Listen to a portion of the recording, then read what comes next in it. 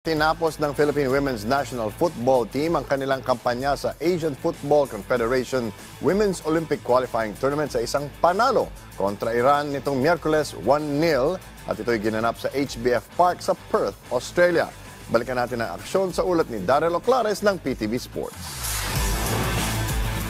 Wagi ang Philippine Women's National Football Team sa kanilang huling laro sa Asian Football Confederation Women's Olympic Qualifying Tournament matapos nilang padapain ng Iran 1-0 nitong Miyerkules sa HBF Park sa Perth, Australia.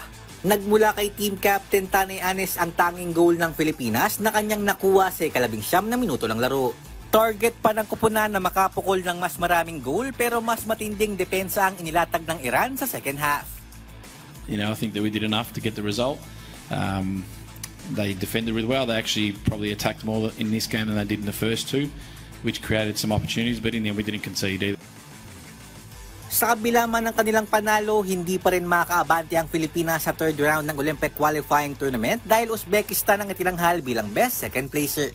Bagamat parehong may 6 points, lamang pa rin ang Uzbekistan na may +2 goal differential kumpara sa -4 ng Pilipinas. Kinapos man sa kanilang pangarap ng mga paglaro sa Paris 2024 Olympics, sinisigurado naman ni Torcaso na mas magiging handa ang women's team sa mga susunod pang torneo. Just having players probably much more prepared and ready for competition is going to be something that we really focus on, and we just I guess roll with the punches and make sure that we're back and ready for the next competition that's there.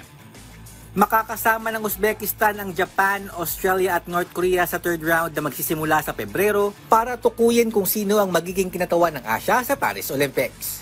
Daryl Oclares para sa Bayan.